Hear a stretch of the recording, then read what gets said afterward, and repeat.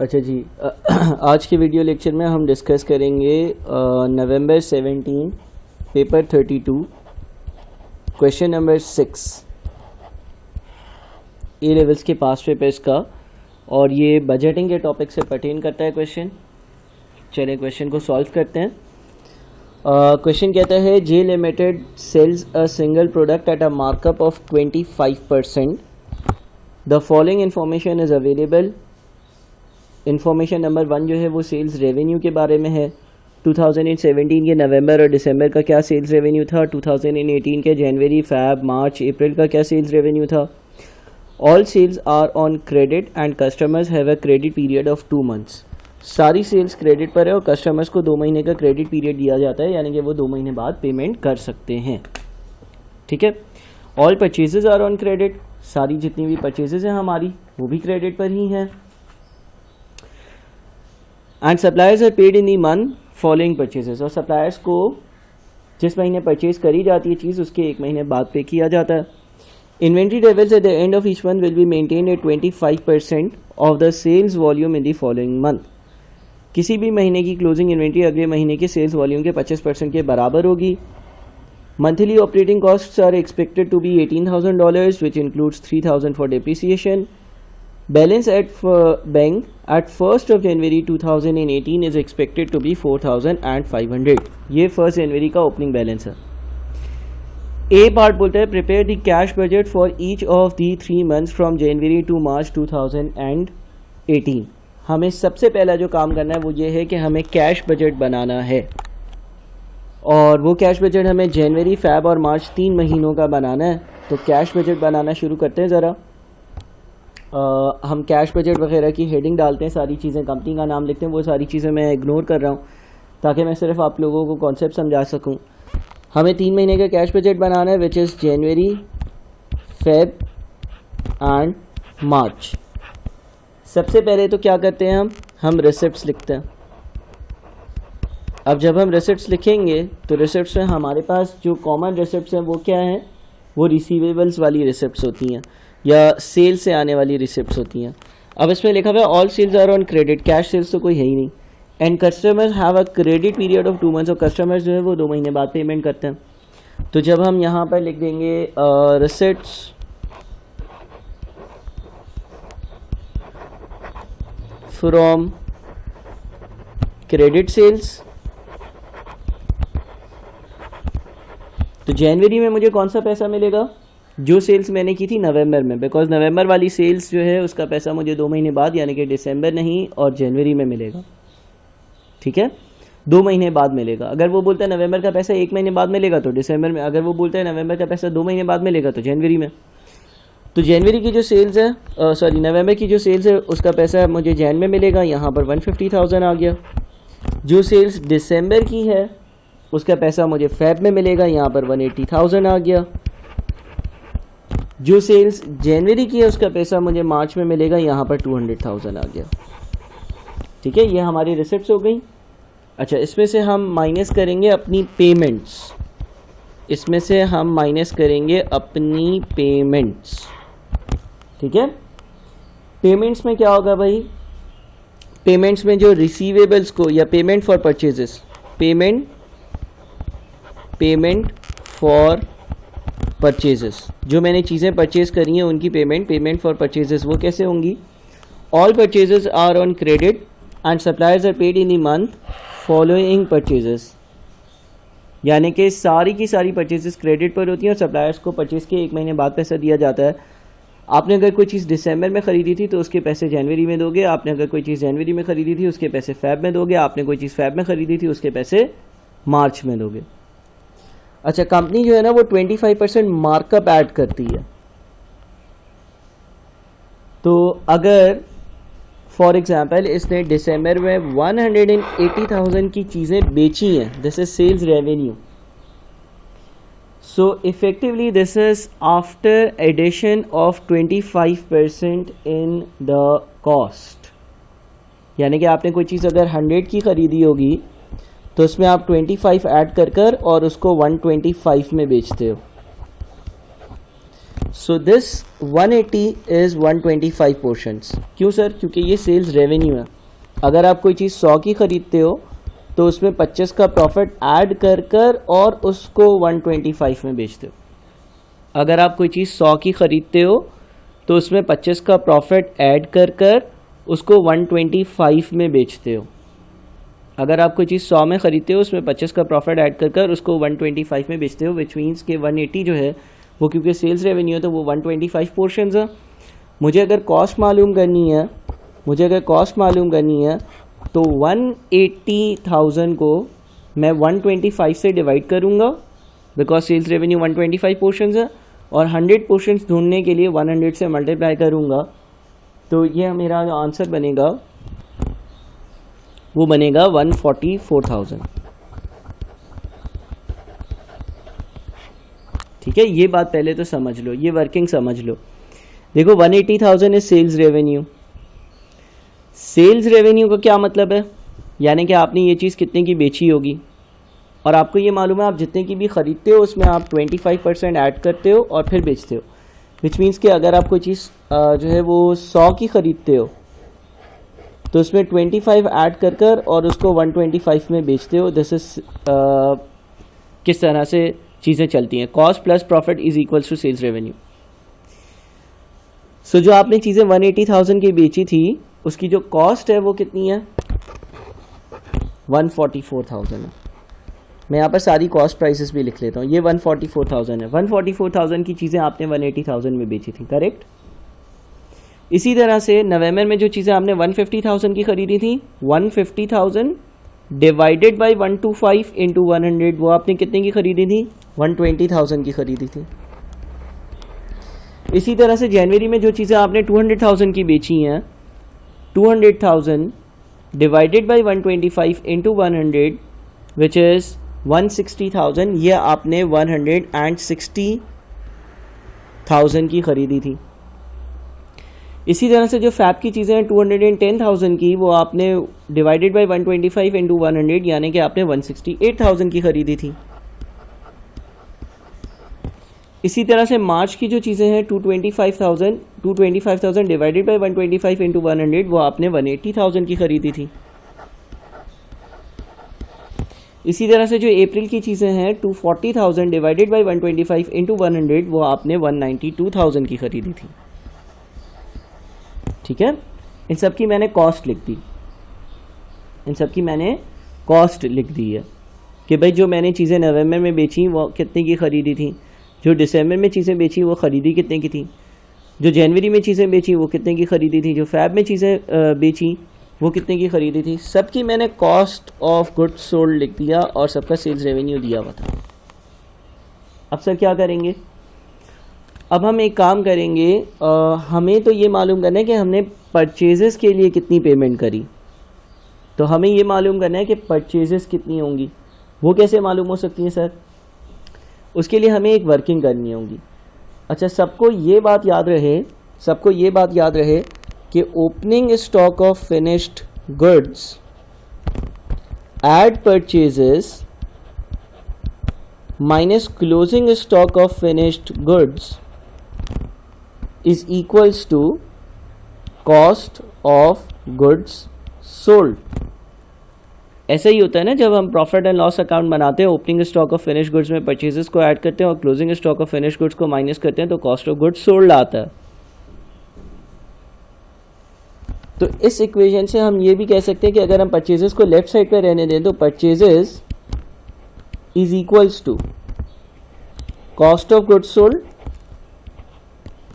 ये minus closing stock of finish goods से right side पर जाएगा तो plus closing stock of finish goods बन जाएगा, और ये plus opening stock of finish goods से राइट साइड पर जाएगा तो minus opening stock of finish goods बन जाएगा।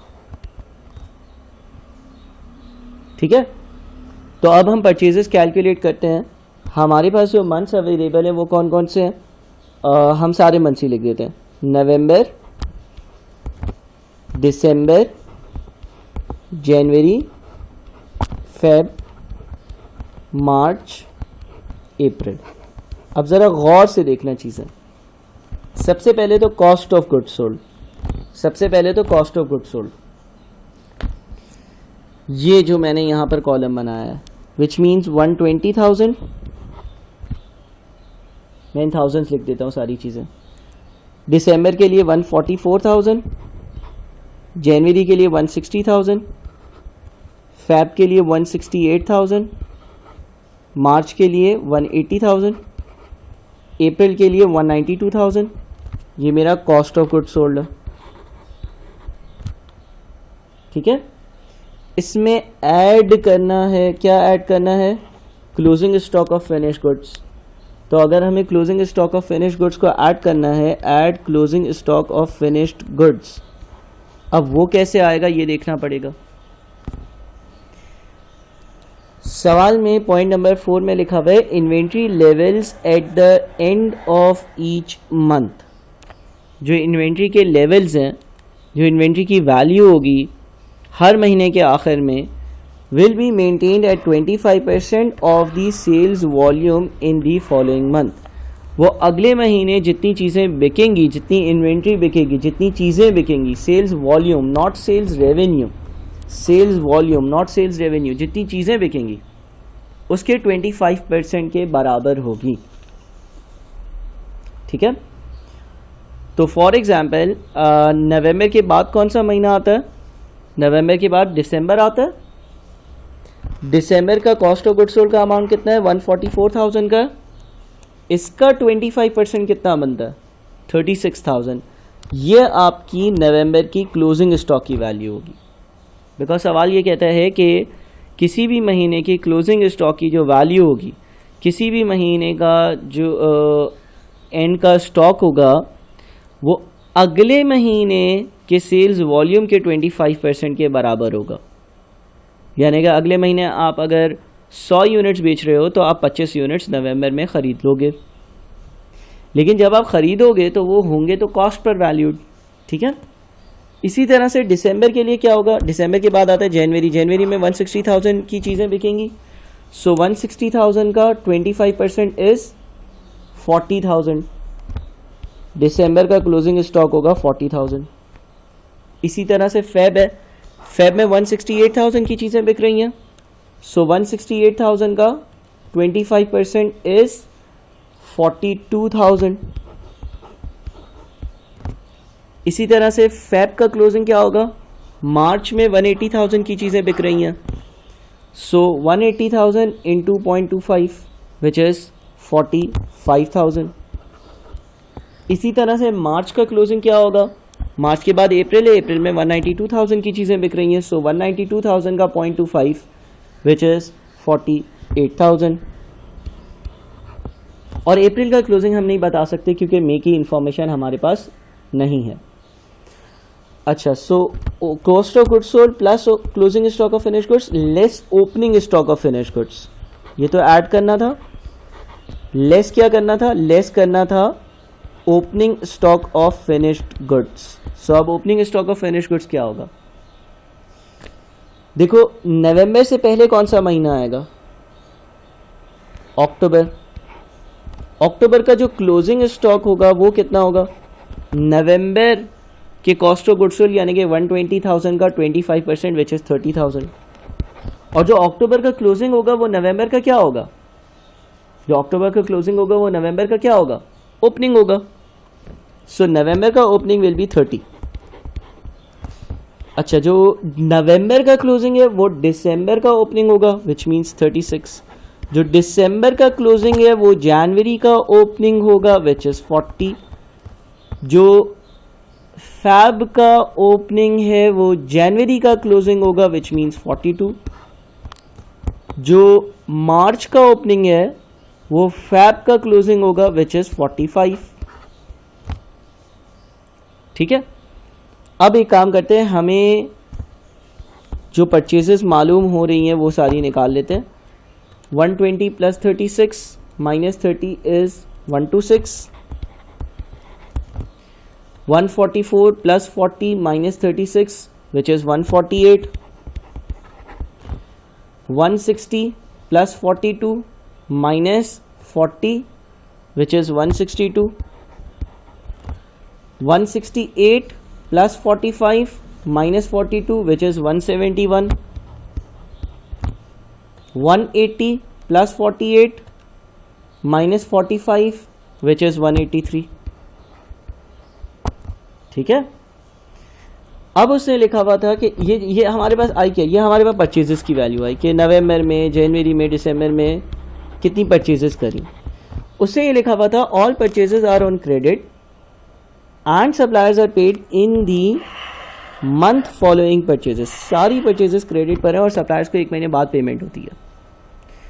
तो मुझे तो जो बजट बनाना है वो मुझे ये बनाना है कि मुझे जनवरी, फेब और मार्च का बजट बनाना है। जनवरी में कौन सी परचेजेस की पेमेंट हुई होगी, जो चीज़ें मैंने दिसंबर में परचेज़ करी हैं उसकी पेमेंट जनवरी में हुई होगी, विच मीन्स कि यहाँ पर मैं पेमेंट लिख देता हूँ 148,000।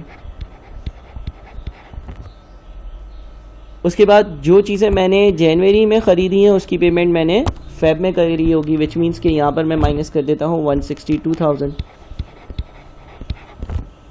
और जो चीज़ें मैंने फेब में ख़रीदी हैं उसकी पेमेंट मैंने मार्च में करी होगी, यहाँ पर मैं 171,000 लिख देता हूँ। ठीक है, इनफैक्ट ये हम कह देते हैं कि यार ये एक टोटल है और ये दूसरे टोटल्स जो है ना, अच्छा मैं एक काम करता हूँ, जगह कम है ना तो इन थाउजेंड्स पूरा बजट बना देता हूँ, विच मीन्स कि ये 150, अच्छा ये हो जाएगा हमारा 180 और ये हो जाएगा हमारा 200। और रिसीवेबल्स जो है उसमें ये 148 है, ठीक है, ये 162 है और ये 171 है। अच्छा, उसके बाद मंथली ऑपरेटिंग कोई और ख़र्चे अगर हैं तो देख लेते हैं। सवाल में 5 में लिखा हुआ था monthly operating cost are expected to be $18,000 which includes $3,000 depreciation. अच्छा, जो डेप्रीसिएशन है ना उसकी कोई पेमेंट नहीं होती है। Depreciation is known as non cash expense. Depreciation जो है इसको हम कहते हैं नॉन कैश एक्सपेंस। डेप्रीसिएशन की कोई भी पेमेंट नहीं होती है। सो 18,000 माइनस 3,000 जो पेमेंट करी होगी मैंने वो 15,000 की करी होगी। Monthly operating cost are expected to be 18,000 which includes $3,000 of depreciation. ये नहीं लिखा हुआ कि 1 महीने बाद पेमेंट होती है, 2 महीने बाद पेमेंट होती है। जो जिस महीने का जो मंथली एक्सपेंस होता होगा, ऑपरेटिंग एक्सपेंस, वो उसी महीने पे होता होगा। तो मंथली ऑपरेटिंग कॉस्ट कितनी है भाई? मंथली ऑपरेटिंग कॉस्ट जो है वो हर महीने की 15,000 है। इसका मतलब ये हो गया कि टोटल रिसिप्ट्स तो यहाँ पर थी। अच्छा, टोटल पेमेंट्स जो हो रही हैं वो क्या हैं? 148 plus 15 is 163, 162 plus 15 is 177, 171 plus 15 is 186। ठीक है, इसके बाद हम देखते हैं कि नेट रिसिप्ट्स या नेट पेमेंट्स कितनी हैं। अच्छा, इसका मैं थोड़ा सा शॉर्ट फॉर्मेट कर रहा हूँ, लेकिन कंप्लीट कुछ सवाल मैंने ऐसे किए हैं जिसमें फॉर्मेटिंग बहुत अच्छे से मैंने पूरी करी हुई है, तो आप लोगों ने वो सवाल ज़रूर देखने या आपने जो रिकमेंडेड आंसर्स हैं उनको ज़रूर देखना। ठीक है, नेट रिसिप्ट्स या नेट पेमेंट्स कितनी होंगी? जनवरी में 150 के रिसिप्ट्स हैं, लेस 163 की पेमेंट्स है, विच मीन्स -13। फेब में 180 के रिसिप्ट्स हैं, लेस 177 की पेमेंट्स हैं, विच मीन्स +3। मार्च में 200 की रिसिप्ट्स हैं, लेस 186 की पेमेंट्स हैं, विच मीन्स +14। ठीक है, इसमें हम ऐड करेंगे balance at start, balance at start, और वो लिखा हुआ है हमारे पास balance at bank on 1 January is expected to be 4,500। So 4,500 is 4.5। अच्छा, बैलेंस एट एंड क्या हो जाएगा? 4.5 माइनस 13 इज -8.5। अच्छा, -8.5 अगले महीने का बैलेंस एट स्टार्ट होगा। -8.5 प्लस 3 इज -5.5। -5.5 उससे अगले महीने का बैलेंस एट स्टार्ट होगा। 14 माइनस -5.5 इज 8.5। ठीक है, तो ये हमारा कैश बजट बन गया, ये हमारा कैश बजट बन गया। आप लोग आराम से इसको दोबारा से देखें और मुझे बताएं कि क्या चीज़ समझ नहीं आई है during live classes. Prepare the cash budget, ये काम हो गया। अगला सवाल है prepare a budgeted income statement for the 3 months period ending 31 March 2018, 3 marks. Budgeted income statement बनाना, सारी वर्किंग्स आप लोग कर चुके हो। सबसे पहले सेल्स रेवेन्यू आएगा, 3 महीने का बनाना है, जनवरी, फैब और मार्च। तो 3 महीने का जो सेल्स रेवेन्यू है वो किस तरह से आएगा भाई? 3 महीने का जो सेल्स रेवेन्यू है 200, 210 और 225 को ऐड कर दो। 200, 210 प्लस 225, 635,000 का सेल्स रेवेन्यू। इन 1000 सारी चीज़ें बना रहा हूँ। इसमें से क्या माइनस होता है? इसमें से लेस होता है कॉस्ट ऑफ गुड्स सोल्ड।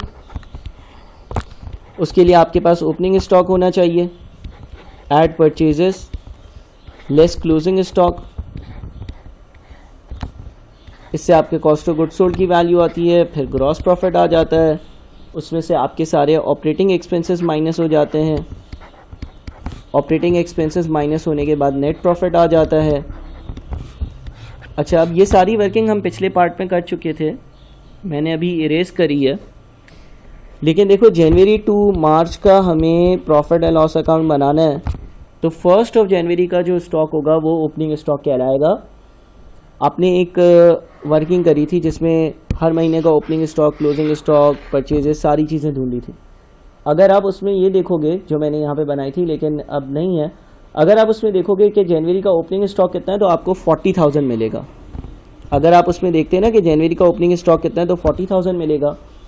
फिर जनवरी, फैब और मार्च, इन तीनों की अगर आप परचेजेस को ऐड करते तो जो वर्किंग है वो वर्किंग आप लोगों ने कॉपी करी हुई होगी, उस पर टोटल 162 जनवरी की परचेजेस है, फैब की परचेजेस 171 और मार्च की परचेजेस जो है ना वो 183।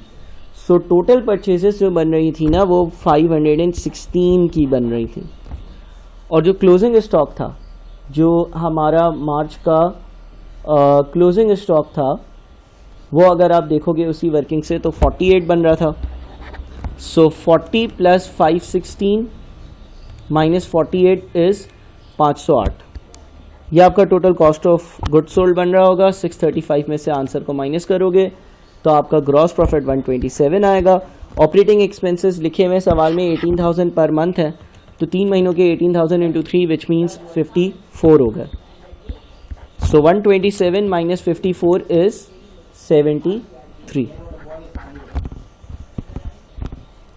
ठीक है, ये आपका नेट प्रॉफिट हो गया 73,000 का। अच्छा, ये बात याद रहे, ये 508 की जो कॉस्ट ऑफ गुड्स सोल्ड है इस मूवमेंट से दिखानी है, लेकिन ये ऐसे भी कैलकुलेट हो सकती है, वेरीफाई हो सकती है कि अगर मैं जनवरी, फैब और मार्च के कॉस्ट ऑफ गुड्स सोल्ड की वैल्यूज़ को ऐड करूं, 160 प्लस 168 प्लस 180, तीनों को अगर ऐड करते हैं तो भी 508 ही बनेगा। तीनों को अगर ऐड करेंगे तो भी 508 ही बनेगा। ठीक है, तो ये हमारे पास जनवरी, फैब और मार्च का यानी कि 3 महीने का प्रॉफिट एंड लॉस अकाउंट आ गया। सही है। अच्छा, तो पार्ट बी भी हो गया। पार्ट सी है prepare a reconciliation of the profit from operations for the 3 months period ending 31 March 2018 to the net cash at 31 March। अच्छा, ये जो पार्ट है ये कैश फ्लो स्टेटमेंट से पर्टेन करता है। किससे? कैश फ्लो स्टेटमेंट से पर्टेन करता है। कैश फ्लो स्टेटमेंट अगर आपको आते हैं तो ये पार्ट आपसे हो जाएगा, लेकिन मैं ये रिकमेंड करूँगा आप ज़रूर वीडियो देख लें और जितना समझ में आता है उतना समझ लें और बाकी कॉपी कर लें। अगर आपने कैश फ्लो स्टेटमेंट्स का टॉपिक कवर किया हुआ है तो पार्ट सी भी आपसे हो जाएगा, अगर नहीं किया हुआ है तो फिर बस सिर्फ आप फिर उसको कॉपी कर लीजिएगा। ठीक है। अच्छा, हमारा जो प्रॉफिट फ्रॉम ऑपरेशंस आ रहे हैं जनवरी, फैब और मार्च के, वो आ रहा है 73। सो इस सी पार्ट के लिए हम प्रॉफिट फ्रॉम ऑपरेशन से स्टार्ट करेंगे। Profit from operations which is 73 और इसमें कुछ एडजस्टमेंट्स पास करेंगे। पहली एडजस्टमेंट्स होती है नॉन कैश एक्सपेंसेस को ऐड करना, कैश फ्लो स्टेटमेंट में सीखा हुआ है, यानी कि हम डेप्रिसिएशन को ऐड बैक करेंगे बिकॉज इस 73 में यहाँ पर जो ऑपरेटिंग एक्सपेंसेस माइनस हुए थे इसमें 3 महीने की डेप्रिसिएशन भी माइनस हुई है और 1 महीने की डेप्रिसिएशन 3000 है, वो नॉन कैश एक्सपेंस है, तो 3 महीने की 9000 हुई, वो ऐड होगी। उसके बाद एडजस्टमेंट्स होती हैं such as increase in inventory, जितने से भी इन्वेंट्री इंक्रीज हुई है ड्यूरिंग दीज 3 मंथ्स उसको हम लोग एडजस्ट करते हैं और अगर इन्वेंट्री इंक्रीज होती है तो हम लेस करते हैं। ये कैश फ्लो स्टेटमेंट्स के कॉन्सेप्ट्स में इंक्लूडेड है। अगर आप जनवरी की ओपनिंग इन्वेंट्री देखोगे तो वो 40,000 थी,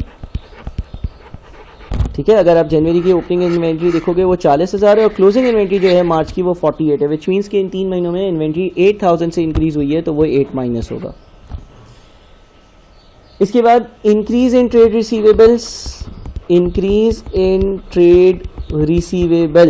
अगर ट्रेड रिसीवेबल्स इंक्रीज होते हैं तो वो भी माइनस होते हैं। अब ये इंक्रीज इन ट्रेड रिसीवेबल्स कैसे पता चलेंगे, हम देखेंगे कि 1 जनवरी वाले दिन हमारे पास कितने रिसीवेबल्स थे और हम देखेंगे कि 31 मार्च वाले दिन हमारे पास कितने रिसीवेबल्स थे। बिकॉज मुझे जो ये स्टेटमेंट बनाना है ये 3 महीनों का बनाना है, वो 3 महीने स्टार्ट कब हो रहे हैं 1 जनवरी से और एंड कब हो रहे हैं 31 मार्च पर। सो अगर मैं 1 जनवरी की बात करूं, मेरे पास ये सारी वैल्यूज़ दी हुई है, क्वेश्चन दिया हुआ है। पॉलिसी ये थी कि मेरे जो क्रेडिटर्स हैं, डेटर्स हैं जिनको मैं सेल्स करता हूं उनको मैं 2 महीने बाद पेमेंट करता हूं। मेरे जो डेटर्स हैं उनको मैं 2 महीने बाद पेमेंट करता हूं। सो अगर मैं उनको 2 महीने बाद पेमेंट करता हूं तो जनवरी में ये दोनों अमाउंट्स आउटस्टैंडिंग होंगे। 1 जनवरी को ये दोनों अमाउंट्स आउटस्टैंडिंग होंगे, विच मीन्स 150 एंड 180 इन दोनों की पेमेंट्स आनी होंगी 330। और मार्च का जो आखिरी दिन होगा तब फैब और मार्च वाला अमाउंट आउटस्टैंडिंग होगा, बिकॉज फैब वाला अमाउंट अप्रैल में मिलना है और मार्च वाला अमाउंट मई में मिलना है 2 महीने बाद। तो 31 मार्च वाले दिन ये दोनों रिसीवेबल्स आ रहे होंगे मेरे बैलेंस में, which is 210 plus 225 which is 435। सो अगर 1 जनवरी वाला बैलेंस और 31 मार्च वाला बैलेंस देखें तो दोनों के बीच में 435 माइनस 330 विच इज़ 105 का इंक्रीज है। Increase in receivables again minus होता है, ठीक है। उसके बाद आपके पास देख लो कि पेएबल्स के साथ क्या हो रहा है। All purchases are on credit and suppliers are paid in the month following purchases. 1 महीने बाद पेमेंट करता हूँ ना, यानी कि 1 जनवरी वाले दिन मेरा क्या पेएबल का बैलेंस आ रहा होगा।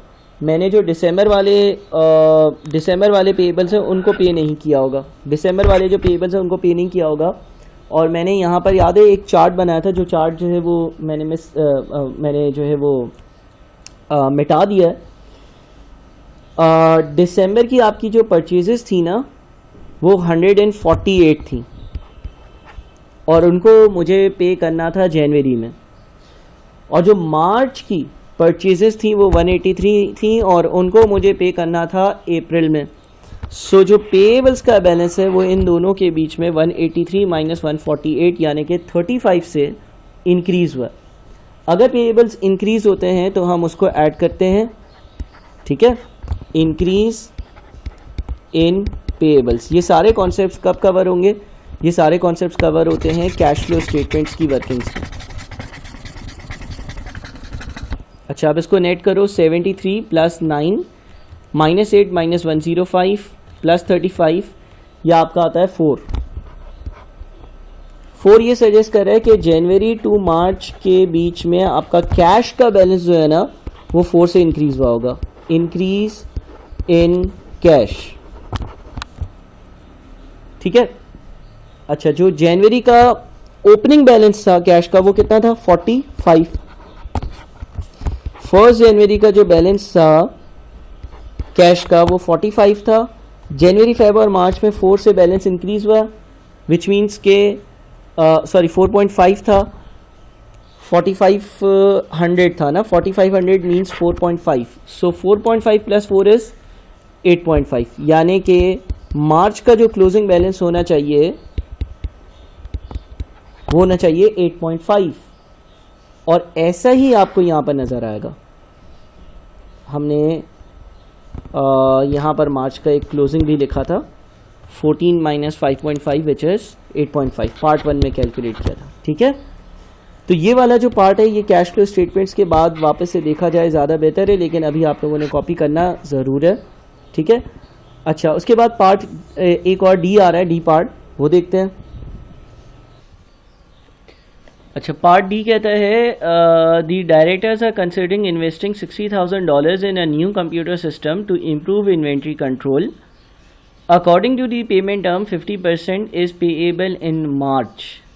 60,000 का 50% बनता है 30,000 and the remaining 50% in the following month. Advise the directors whether or not they should purchase the new computer and justify your answer. क्या डायरेक्टर्स को कंप्यूटर परचेज करना चाहिए या नहीं? अब देखो, अगर मैं मार्च की क्लोजिंग बैलेंस की बात करता हूँ ना, तो मेरे पास सिर्फ और सिर्फ 8.5 यानी कि $8,500 पड़े हुए हैं, $8,500 पड़े हुए हैं। और अगर मैं ये कंप्यूटर सिस्टम ख़रीदता हूँ तो मुझे मार्च में $30,000 पे करने होंगे, विच मीन्स कि एक बहुत बड़ी अमाउंट पे करनी होगी। तो इसका मैंने नीचे आपके सवाल के आंसर भी पेस्ट किया है, ज़रा इसको देखते हैं। इसमें लिखा हुआ है management decisions will result in a cash deficit for March. अगर ऐसा किया गया तो मार्च में कैश डेफिसिट हो जाएगा, बिकॉज 8,500 रुपये हमारे पास पड़े हुए हैं और 30,000 रुपये हमें पे करने होंगे। देयरफॉर पॉसिबली डिले परचेजेस, और इसीलिए हमें परचेजेस को डिले करना चाहिए। Review cash budget after March to see if payments can be delayed. Arrange alternative finance, example loan will incur interest charges which will affect the profits. अब हमें ये भी देखना चाहिए कि मार्च के बाद हमारा कैश बजट कैसा है, मार्च के बाद जो महीने आ रहे हैं उनमें पैसा होगा भी या नहीं। या हम ये सोच सकते हैं कि हम लोन लेकर ये चीज़ खरीद लें, लेकिन अगर लोन लेकर ख़रीदेंगे तो हमें इंटरेस्ट पे करना पड़ेगा, जिसकी वजह से प्रॉफिट्स मज़ीद कम होंगे।